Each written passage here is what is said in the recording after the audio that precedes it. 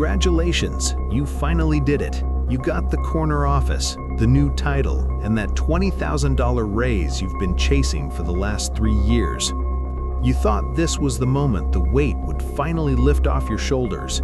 You thought that magic number on your direct deposit would be the end of your financial anxiety forever.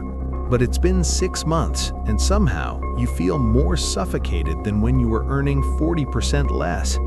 Your bank account is still hovering near zero 48 hours before payday. Your credit card balance hasn't moved, or worse, it's actually growing month after month. You have been promoted to broke. Today, we are performing a neurological deep dive into the phenomenon known as lifestyle creep. We are going to understand why your brain is biologically programmed to expand your expenses to meet your income, and how the golden handcuffs are tightening around your wrists every single time you move up the corporate ladder. In the United States, wealth has become a ghost. We see the shadows of it everywhere. The German SUVs, the luxury watches, the professionally renovated kitchens, but we almost never see the substance of true capital.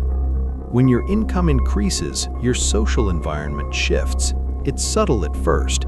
You move to a better zip code because you think you've outgrown your old neighborhood. You upgrade the car lease because you need something more reliable and professional for your new status.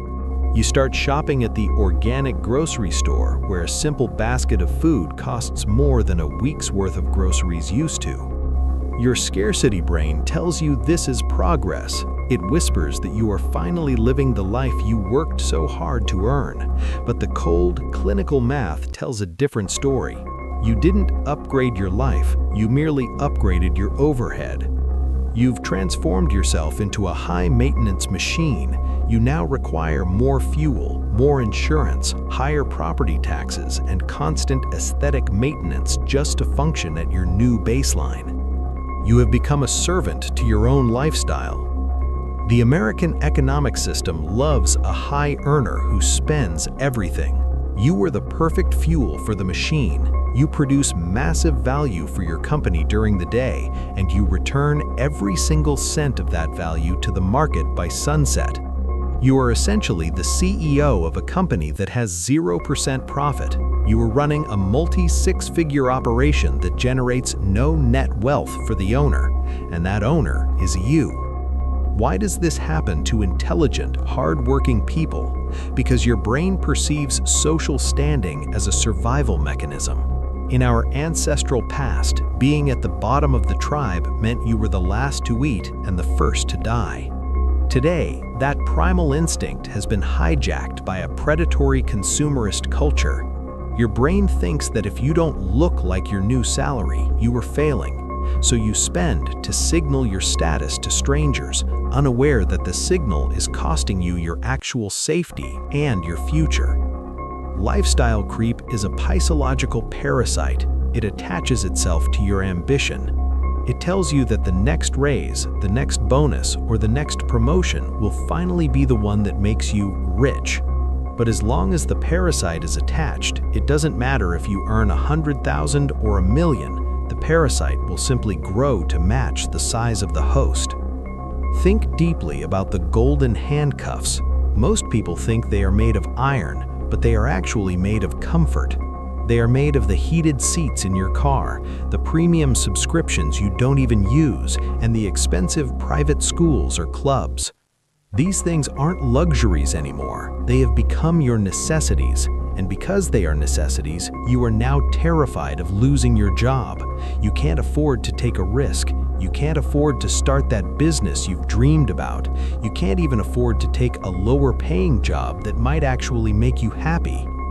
You are a prisoner of your own success. How do you kill the parasite? How do you stop the creep before it consumes your entire life? The process begins with creating a sanitized zone between your ego and your income. You have to make a conscious, almost violent decision to remain invisible. When the next raise comes, you don't change your car, you don't move to a bigger house, you don't buy the luxury version of things you already own. You maintain the scarcity mindset even in the midst of your abundance. Real financial power is not defined by how much you earn, it is defined by the gap. The wider the gap between what you earn and what you spend, the more freedom you possess. If you earn $200,000 but your life costs $200,000, you are a high-level slave. If you earn $70,000 but you've mastered a life that only costs $40,000, you are a king. You have $30,000 of pure freedom every single year. The trap is thinking that you owe it to yourself to enjoy your money now. I worked hard for this, you tell yourself. But what you are really saying is, I worked hard so I could give my money back to the bank and the corporations as quickly as possible. True self-care is not a spa day or a new car. True self-care is the ability to wake up on a Tuesday morning and realize that you don't have to go to work if you don't want to, because your lifestyle doesn't own you. From this point forward, your goal is to be the person with the zero lifestyle and the hero bank account. Stop trying to look like the people you see on your social media feed. Most of them are drowning in the same sea of debt and anxiety that you were trying to escape. They are performing for you just as you were performing for them. The next time you receive a promotion, don't celebrate with a purchase. Celebrate with a contribution to your future self. Take 80% of that raise and automate it directly into your investments. Don't even let the money touch your checking account. If you can't see it, you can't spend it. If you can't spend it, you can't creep. Wealth is what you don't see.